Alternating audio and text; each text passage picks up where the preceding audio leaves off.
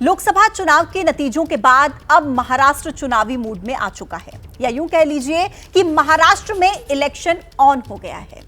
3-4 महीने के बाद वहां पर चुनाव होने हैं और अभी से सियासत गरमाने लगी है। दरअसल असल में एनडीए को प्रदेश में मिली करारी हार को लेकर आरोप प्रत्यारोप का दौर शुरू हो चुका है। कल मुख्यमंत्री शिंदे ने 400 वाले नारे को हार की वजह बताया, तो आज आरएसएस के मुखपत्र ऑर्गेनाइजर ने एनसीपी अजित से गठबंधन को हार का जिम्मेदार ठहरा दिया। अब इसको लेकर राजनीति गर्म है। सवाल यह है कि गठबंधन बचेगा या फिर टूटेगा। खत्म हुआ लोकसभा चुनाव, अब लड़ना है विधानसभा चुनाव। 48 लोकसभा सीट और 288 विधानसभा सीटों वाले महाराष्ट्र का पॉलिटिकल टेम्परेचर हाई है, क्योंकि एनडीए की हार से महाराष्ट्र में हाहाकार मचा है। महाराष्ट्र में सिर्फ एक सीट जीतने वाली अजित पवार की एनसीपी लोकसभा चुनाव के बाद निशाने पर है। अब आरएसएस के मुखपत्र ऑर्गेनाइजर में छपे एक लेख ने एनडीए में मचे घमासान को और भी ज्यादा हवा दे दी है। ऑर्गेनाइजर में लिखा है, महाराष्ट्र में जो राजनीतिक प्रयोग किया गया उसकी जरूरत नहीं थी। एनसीपी का अजित पवार वाला गुट बीजेपी के साथ आ गया, जबकि बीजेपी और विभाजित शिवसेना के पास पर्याप्त बहुमत था। एनसीपी में चचेरे भाई बहनों में जिस तरह की कलह चल रही है, उससे शरद पवार 2-3 साल में ही फीके पड़ जाते। ऐसे में अजित पवार को लेने का अविवेकपूर्ण कदम क्यों उठाया गया? बीजेपी ने एक झटके में अपनी ब्रांड वैल्यू कम कर दी। ऑर्गेनाइजर में छपे इस लेख से महाराष्ट्र में हड़कंप मचना तय था। एनसीपी ने भी तीखी प्रतिक्रिया देने में देर नहीं की। कोणी काय भोंगा वाजवते सकाळी, कोणी काय दुसरा काय पिल्लू सोडून देते आणि त्याच्यावर आम्हाला उत्तर देत बसायचं। ऑर्गेनाइजर के किसी भी एक व्यक्ति के व्यक्तिगत जो उनकी सूचना है या विचार है, उसके बारे में हमको टिप्पणी करने की जरूरत ही नहीं है। मैं आपको स्पष्ट बताता हूँ ना, मुझे तो मालूम है ना कि भारतीय जनता पार्टी, शिवसेना और हमारी एनसीपी का अलायंस आज है और अच्छे तरह से आगे टिकने वाला है। इधर आरएसएस के आर्टिकल पर बवाल मचा था। उधर अजित पवार की पत्नी सुनेत्रा पवार ने राज्यसभा की सीट पर एनसीपी उम्मीदवार के तौर पर पर्चा दाखिल कर दिया। सुनेत्रा पवार लोकसभा चुनाव में बारामती सीट से सुप्रिया सुले के खिलाफ चुनाव हार गई थी। विपक्ष एनडीए की इस खींचतान पर तंज कस रहा। अजित पवार के पास सुनेत्रा पवार जी को राज्यसभा भेजने के लिए वोट कम है, ज्यादा उतना उनका फिगर नहीं है, तो बीजेपी की मदद से अजित पवार की पत्नी जाएगी। बीजेपी की मदद से क्या करेंगे? विरोध करेगी, खुलकर विरोध करेगी। शुरू हो गया है एनडीए गठबंधन का टूटना, और ये सरकार जो है ये भी अस्थिर है। ये सरकार जबरदस्ती की तीसरी टर्म के लिए बनाई गई है और लोगों पे थोपी गई है, जबकि इसको कोई भी जनादेश नहीं है। ये सरकार ज्यादा दिन टिकने वाली नहीं है। एनडीए में मची ये खींचतान विधानसभा चुनाव से पहले उसके लिए खतरे की घंटी है। पहले भी नई सरकार के गठन के समय एनसीपी ने मंत्री पद लेने से इनकार कर दिया था और इससे मुंबई से लेकर दिल्ली तक एनडीए की किरकिरी हुई थी।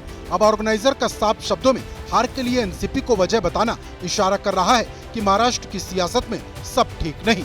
इससे पहले कल सीएम एकनाथ शिंदे ने 400 पार वाले नारे को महाराष्ट्र में हार की एक बड़ी वजह बता दिया था। वो नारा जिसके साथ बीजेपी और एनडीए ने पूरे देश में चुनाव लड़ा था। सुनिए सीएम शिंदे ने क्या कहा था। कुछ फॉल्स नैरेटिव सेट करने की वजह से ये कुछ जगह पर हमें नुकसान हुआ है। महाराष्ट्र में भी नुकसान हुआ है। संविधान बदलेंगे, ये होगा, रिजर्वेशन जाएगा, फलाना होगा, कुछ भी नहीं होने वाला था। लेकिन 400 पार वाला आंकड़ा जो है, उसके वजह से लोगों के दिमाग में एकदम ऐसी बात हो गई कि ये सब आगे जाके कुछ गड़बड़ होगी। पिछले 5 साल में महाराष्ट्र ने कई सियासी उलट-पुलट देखे हैं। कभी साथी रहे, आज विरोधी बन गए हैं और विरोधी साथी। अब लोकसभा चुनाव तो खत्म हो गए, लेकिन महाराष्ट्र की सियासत पर नजर रखने वाले ये बात अच्छी तरह जानते हैं कि जैसे जैसे विधानसभा चुनाव करीब आएगा, वैसे वैसे ये आपसी खींचतान बढ़ती जाएगी। देखना है महाराष्ट्र का सियासी ऊंट किस करवट बैठता है, क्योंकि दांव पेच का नया दौर महाराष्ट्र में शुरू हो चुका है और इसका क्या अंत होगा, इस पर पूरे देश की नजर है। देखिए, एमएनएस प्रमुख राज ठाकरे ने लोकसभा चुनाव में एनडीए की मदद की थी। खुद अपनी पार्टी के उम्मीदवार नहीं उतारे, लेकिन एनडीए के लिए प्रचार किया था। माना यह जा रहा था कि विधानसभा चुनाव में बीजेपी राज ठाकरे के साथ उतरेगी, लेकिन आज मुंबई में राज ठाकरे ने पार्टी नेताओं के साथ मीटिंग की और मीटिंग के बाद यह बात सामने आ रही है कि राज ठाकरे ने एनडीए से किनारा करते हुए अपने दम पर चुनाव लड़ने की तैयारी शुरू कर दी है। अब आगे क्या होगा यह तो समय बताएगा। फिलहाल एमएनएस ने अपनी अकेले की तैयारी तेज कर दी है।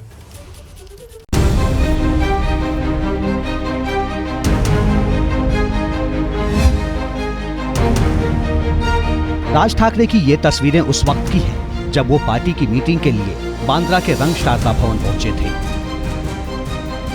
लोकसभा चुनाव के नतीजों के बाद राज ठाकरे ने प्रदेश भर के नेताओं और कार्यकर्ताओं को बुलाया था और मीटिंग से बड़ी खबर ये निकली कि विधानसभा चुनाव में पार्टी ने अपने दम पर चुनाव लड़ने का मन बनाया है।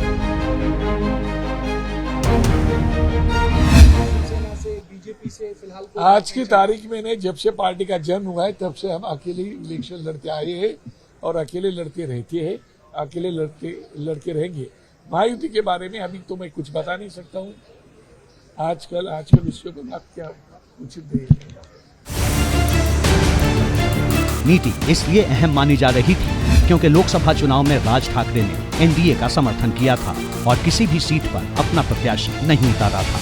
लेकिन अब जो फैसला उन्होंने चुनाव नतीजों के फौरन बाद लिया है वो चौंकाने वाला है। लोकसभा का दौर था। लोकसभा के दौर में हम लोगों ने नरेंद्र मोदी साहब को तीसरी बार पंतप्रधान बनाना है, इसलिए बिना शर्त हमने पार्टिबा दिया था। अभी वो प्राइम मिनिस्टर बन गए हैं। अभी हर पार्टी आप अपना क्या करना है क्या नहीं करना है। महायुति के बारे में भी आगे पता नहीं क्या होता है, पर हमें तो हमारा पार्टी का तैयारी करनी पड़ेगी। सवाल ये है कि आखिर राज ठाकरे का मन महीने भर में ही क्यों बदल गया? क्या लोकसभा चुनाव के नतीजों के बाद राज ठाकरे का मोह भंग हो गया है? राज ठाकरे की मराठी वोट बैंक पर अच्छी पकड़ मानी जाती है। पार्टी दावा भी कर रही है कि जहां जहां राज ठाकरे ने प्रचार किया वहां वहां एनडीए की जीत हुई है।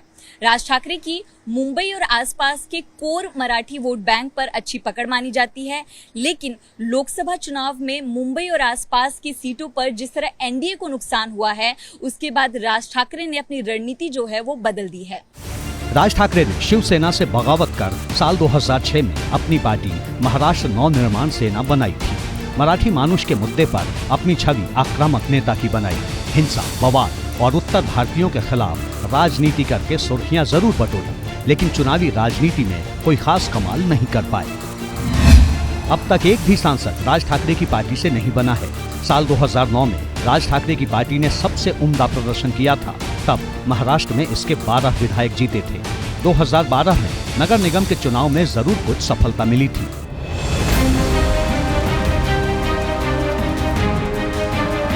लेकिन इसके बाद से वे सियासत के नेपथ्य में चले गए। छवि वोट कटवा पार्टी की बन गई। राज ठाकरे ने अपनी छवि मराठी नेता से आगे बढ़कर हिंदुत्ववादी नेता की बनाने की कोशिश की। लोकसभा चुनाव में एनडीए की मदद कर राज ठाकरे उस नेपथ्य से निकलना चाहते थे, लेकिन नतीजों ने उन्हें सोचने पर मजबूर कर दिया। महाराष्ट्र में लोकसभा की 48 सीटें हैं। एनडीए को 17, इंडिया को 30 और निर्दलीय को 1 सीट मिली है। निर्दलीय को मिली 1 सीट भी कांग्रेस के खाते में चली गई है। 2019 के लोकसभा चुनाव में बीजेपी और उद्धव ठाकरे की शिवसेना का गठबंधन था। दोनों ने साथ मिलकर चुनाव लड़ा और एनडीए को जबरदस्त जीत मिली थी। लेकिन विधानसभा चुनाव के बाद 2019 में ये दोस्ती टूट गई थी।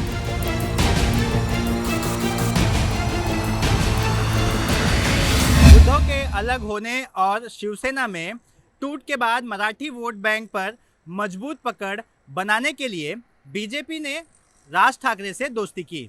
अब लोकसभा चुनाव में इसका कितना फायदा हुआ कितना नहीं, ये तो विश्लेषण का मामला है। लेकिन चुनाव में अकेले जाने की बात कर राज ठाकरे ने तीसरा विकल्प खड़ा करने की तैयारी शुरू कर दी है। इसका क्या असर होगा ये तो आने वाला वक्त बताएगा। अब देखिए, महाराष्ट्र की राजनीति की अगली खबर इंडिया ब्लॉक से है। उद्धव ठाकरे का इरादा क्या है, ये चर्चा मुंबई से लेकर दिल्ली तक के सियासी गलियारों में गर्म है। असल में चुनाव के नतीजों के बाद से ही प्रदेश का जो सियासी परिदृश्य बदला है, उसने कई सवाल खड़े कर दिए। कांग्रेस प्रदेश में सबसे बड़ी पार्टी बनकर उभरी है और इसका असर उद्धव ठाकरे की शिवसेना पर होने का अंदेशा है। अब देखिए, खबर तो ये उड़ गई है कि विधानसभा में उद्धव अकेले उतरने का मन बना रहे हैं।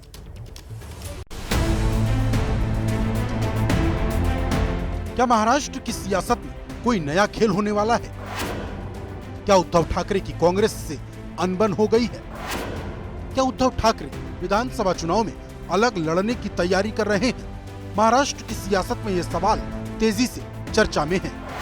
एबीपी न्यूज को जो जानकारी मिली है उसके मुताबिक उद्धव ठाकरे की शिवसेना महाराष्ट्र विधानसभा अपने दम पर लड़ने के लिए तैयारी में जुट गई है। मुंबई में बुधवार शाम को जो है तमाम पार्टी नेताओं की एक बैठक बुलाई गई और इसमें पार्टी प्रमुख उद्धव ठाकरे भी शामिल हुए। खबर है कि इस बैठक में उद्धव ठाकरे ने तमाम नेताओं से कहा कि वो सभी विधानसभा चुनाव की तैयारियों में जुट जाएं। अब सवाल ये है कि क्या कांग्रेस से उद्धव की नहीं बन रही? इस सवाल के पीछे की 3 वजह मुंबई से लेकर दिल्ली तक के पॉलिटिकल कॉरिडोर में चर्चा में है। पहली वजह, महाराष्ट्र में कांग्रेस का सबसे बड़ी पार्टी बन जाना। दूसरी वजह, सांगली लोकसभा सीट पर कांग्रेस से मतभेद। और तीसरी वजह, विधान परिषद में उम्मीदवारों को लेकर तनातनी। लोकसभा चुनाव के दौरान सांगली सीट को लेकर कांग्रेस और शिवसेना में तनातनी रही। कांग्रेस ने इस सीट पर दावा किया, लेकिन सीट मिली शिवसेना को। कांग्रेस के दावेदार विशाल पाटिल ने निर्दलीय चुनाव लड़ा और जीत भी गए। यहाँ शिवसेना का उम्मीदवार तीसरे नंबर पर पहुंच गया। कहा गया कि गठबंधन धर्म का पालन यहाँ नहीं किया गया। सांगली के सांसद विशाल पाटिल कांग्रेस को समर्थन दे चुके हैं। लोकसभा चुनाव नतीजों को देखें तो महाराष्ट्र में कांग्रेस सबसे बड़ी पार्टी बन चुकी है। इंडिया गठबंधन ने महाराष्ट्र में 30 सीट जीती थी। 17 सीट लड़कर कांग्रेस को 13 सीट मिली है। 21 सीट लड़कर शिवसेना यूबीटी को 9 सीट मिली है और 10 सीट लड़कर एनसीपी शरद पवार गुट को 8 सीट मिली। इस हिसाब से विधानसभा चुनाव में कांग्रेस ज्यादा सीटों पर दावा कर सकती है। ऐसा होता है तो फिर उद्धव के लिए नई मुश्किल खड़ी हो जाएगी। उद्धव शायद इस समीकरण को समझ चुके हैं और इसी वजह से अकेले लड़ने की खबर सियासी गलियारों में तैर रही है। 26 जून को महाराष्ट्र की एमएलसी की 4 सीटों पर चुनाव होना है। सीट और उम्मीदवार को लेकर कांग्रेस प्रदेश नेतृत्व परेशान है, क्योंकि उद्धव ठाकरे अपने हिसाब से फैसला ले रहे हैं। खबर तो ये भी है कि उद्धव ठाकरे कांग्रेस प्रदेश अध्यक्ष नाना पटोले का फोन भी नहीं उठा रहे हैं। चर्चा तो ये भी है कि उद्धव ठाकरे सीधे दिल्ली के केंद्रीय कांग्रेस नेतृत्व से बात कर रहे हैं, जबकि महाराष्ट्र की जो कांग्रेस के नेता है उनसे वो बिल्कुल भी बात नहीं कर रहे हैं, उनसे किसी तरह का कोई संपर्क नहीं रख रहे हैं और अपने हिसाब से फैसले ले रहे हैं। और आइए अब आगे बढ़ेंगे, बात करेंगे उत्तर प्रदेश की, क्योंकि यूपी में भी हार को लेकर सियासी हाहाकार है। यहां पर बीजेपी के दिग्गज नेताओं को चुनाव में हार मिली। पश्चिमी यूपी की बात करें तो संजीव बालियान और संगीत सोम चुनाव के दौरान भी आमने सामने थे और अब हार के बाद भी दोनों आमने सामने हैं। एक दूसरे पर आरोपों के तीर चलाए जा रहे हैं। जुबानी जंग से शुरू हुई ये कहानी अब एक अलग ही लेवल पर आ गई है। बालियान के खिलाफ आक्रोश था, मान लो वो आए गए नहीं या विकास नहीं हुआ। बिल्कुल खुले तौर पर जिन्होंने समाजवादी पार्टी का चुनाव लड़ा और यहाँ बड़ी पोजीशन लिए हुए हैं। इतना बड़ा नेता मैं ही हूँ कि घर बैठ के सबको हरा देता हूँ, जिता देता हूँ, तो बाकी लोग क्या कर रहे हैं। राजधानी दिल्ली से 150 किलोमीटर दूर ये है मुजफ्फरनगर। इस सीट पर बीच चुनाव में हार के बाद बीजेपी में शुरू हुई तकरार थमने का नाम नहीं ले रही। पूर्व केंद्रीय मंत्री और मुजफ्फरनगर सीट से प्रत्याशी संजीव बालियान और सरधना के पूर्व बीजेपी विधायक संगीत सोम के बीच वार पलटवार का नया दौर शुरू हुआ है। नतीजों के बाद संगीत सोम ने संजीव बालियान पर ऑस्ट्रेलिया में प्रॉपर्टी खरीदने समेत कई गंभीर आरोप लगाए, जिस पर बालियान खेमे की तरफ से जोरदार प्रतिक्रिया सामने आई। बालियान के करीबी बताए जा रहे संजीव सहरावत नाम के व्यक्ति ने संगीत सोम को लीगल नोटिस भेजा है। लीगल नोटिस में संगीत सोम से 10 करोड़ रुपए का हर्जाना मांगा गया है। यह सभी आरोप फर्जी हैं और मेरा संजीव बालियान से इस तरह का कोई भी कृत्य ना मैंने किया है, ना मैंने ऐसा सोचा है, तथा ये जो लेटर हेड पर जो आरोप लगाए हैं ये सारे फर्जी हैं, जिससे समाज में मेरी बदनामी हुई है। और मैंने संगीत सोम को 10 करोड़ रुपए का मानहानि का नोटिस भेजा है। मुजफ्फरनगर की हार ने लखनऊ से लेकर दिल्ली तक हड़कंप मचा दिया है और अब संगीत सोम और संजीव बालियान की लड़ाई बीजेपी के अनुशासन वाले पार्ट से मेल नहीं खाती। मुजफ्फरनगर में समाजवादी पार्टी के हरिंदर मलिक ने संजीव बालियान को 24,672 वोट के अंतर से हराया। मुजफ्फरनगर में संजीव बालियान ने साल 2014 और 2019 में जीत हासिल की थी। 2019 में तो सपा, बसपा और आरएलडी का संयुक्त गठबंधन था। इसके बाद भी संजीव बालियान जीते थे। इस बार के चुनाव में आरएलडी बीजेपी के साथ आ गई, मगर फिर भी बीजेपी जीत नहीं पाई। ध्यान देने वाली बात यह भी है कि मुजफ्फरनगर में समाजवादी पार्टी का मुस्लिम वोटर्स को छोड़ करके और कोई बड़ा वोट बैंक भी नहीं है। इसके बावजूद अखिलेश यादव ने जाट उम्मीदवार उतार करके जीत का झंडा गाड़ दिया। बीजेपी अभी नतीजों का आकलन कर रही है, लेकिन संजीव बालियान और संगीत सोम के बीच तू मैं शुरू हो गई, जो थमने का नाम ही नहीं ले रहे। मैं उम्मीद करता हूँ कि कार्रवाई होनी चाहिए थी और आगे भी उम्मीद रखूंगा अपनी पार्टी से कि जो बिल्कुल खुले तौर पर जिन्होंने समाजवादी पार्टी का चुनाव लड़ा और यहाँ बड़ी पोजीशन लिए हुए हैं और सरकारी सुविधाएं भी ले रहे हैं, तो कृपया करके पार्टी, मेरा निवेदन रहेगा, पार्टी इस पर अच्छा ध्यान देगी और कार्रवाई निश्चित। अगर बालियान जी ऐसा कह रहे हैं तो मुझे नहीं लगता कि उन्हें ये कहना चाहिए, और कहना भी है तो पार्टी फोरम पे कहना चाहिए, उन्हें मीडिया के जरिए नहीं कहना चाहिए। मेरी जिम्मेदारी प्रदेश अध्यक्ष जी ने सरधना पे लगाई थी कि तुम सरधना देखो केवल, तो मैंने सरधना ही देखा ना, तो सरधना पे तो पार्टी नहीं हारी ना। वो बुढ़ाना पे हारे, वो चरथावल पारे, उनकी घर की सीट है, तो वो उनका चिंतन मनन ये होना चाहिए मैं अपने घर में क्यों हारा हूं, वो दूसरे के सिर पे ठीकरा ना। इस तरह के बयान दोनों तरफ से लगातार आ रहे हैं। अब सवाल है कि आखिर बीजेपी आला कमान इस आपस की लड़ाई में क्या आखिरी फैसला सुनाता है, क्योंकि गन्ना बेल्ट की इस जंग का असर 3 साल बाद होने वाले विधानसभा चुनाव में भी पड़ सकता है।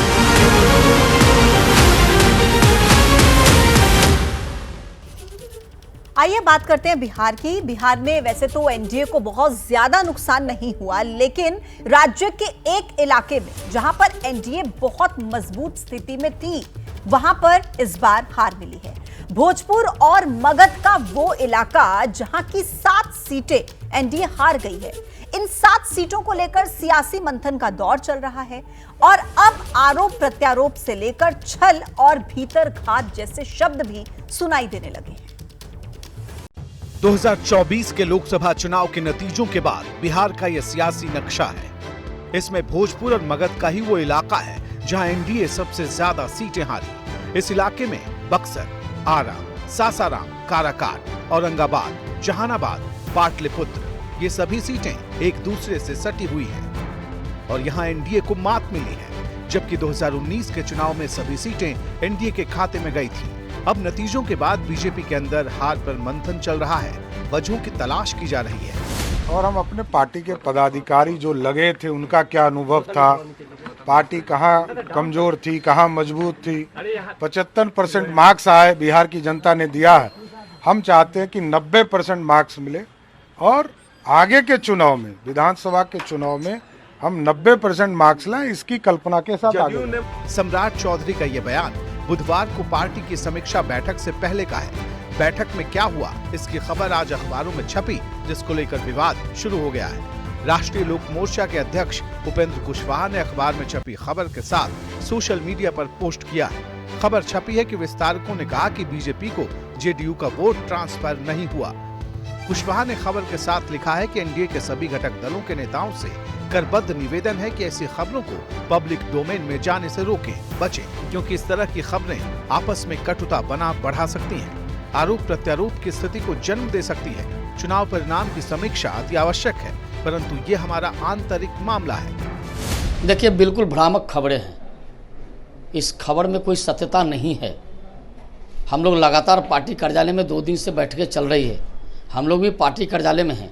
इस तरह की कोई बातें आई नहीं। इस तरह की बातें पता नहीं कहाँ से किसने इसको कराया है। इस तरह की कोई बातें नहीं है। एनडीए में सब लोग एक साथ मिलकर चुनाव लड़ा है, चुनाव में हम जीते भी हैं। कुछ सीटों पर अगर हार हुई है तो हम उसकी समीक्षा कर रहे हैं। ये जो असली चेहरा है एनडीए का, एनडीए के अंदर ही घमासान है। अब हार के ठिकरे एक दूसरे पर फोड़े जा रहे हैं। आदरणीय उपेंद्र कुशवाहा जी को किसने हराया है वो खुद ही कह रहे हैं, तो भीतरघात हुआ है। तो अब एनडीए के अंदर सिर्फ फुटबॉल शुरू हो रहा है। बीजेपी चुनाव में बक्सर की सीट भी हार गई। बक्सर से बीजेपी के मिथिलेश तिवारी उम्मीदवार थे। 4 लाख से ज्यादा वोट मिले, लेकिन 30,000 से मात मिल गई। बक्सर में भी भीतरघात और छल की बातें सामने आ रही हैं। आज पत्रकारों ने मिथिलेश तिवारी से सवाल किया तो जवाब सुनिए। जो भी हुई है वो आपको कुछ दिनों में सामने आएगी। फिलहाल उसको आकलन किया जा रहा है, पूरी तरह उसको गंभीरता से समझ करके और पार्टी फोरम पर पहले रखा जाएगा और पार्टी से उन सभी गलतियों को सुधार करने का आग्रह। कई के माथे पर मंथरा बैठी न होती तो राम का वनवास नहीं हुआ रहता, लेकिन राम का वनवास हुआ रावण के वध के लिए। तो मैं भी ये मानता हूँ कि यदि बक्सर में भी अगर 5 साल का वनवास हुआ है तो किसी न किसी रावण का वध होगा। मिथिलेश तिवारी गोपालगंज के रहने वाले हैं। पार्टी ने इन्हें ब्राह्मण बहुल बक्सर से उम्मीदवार बनाया था। यहाँ आरजेडी के सुधाकर सिंह चुनाव जीते हैं। बक्सर में बीजेपी प्रत्याशी मिथिलेश तिवारी 30,000 वोटों से हारे। उससे 17,000 अधिक यानी 47,000 वोट निर्दलीय प्रत्याशी ब्राह्मण जाति के आनंद मिश्रा को मिले हैं। आनंद मिश्रा भी बीजेपी के टिकट के दावेदार थे और आईपीएस की नौकरी छोड़ असम से बक्सर आए थे। चुनाव में यहाँ स्थानीय और बाहरी का मुद्दा छाया रहा।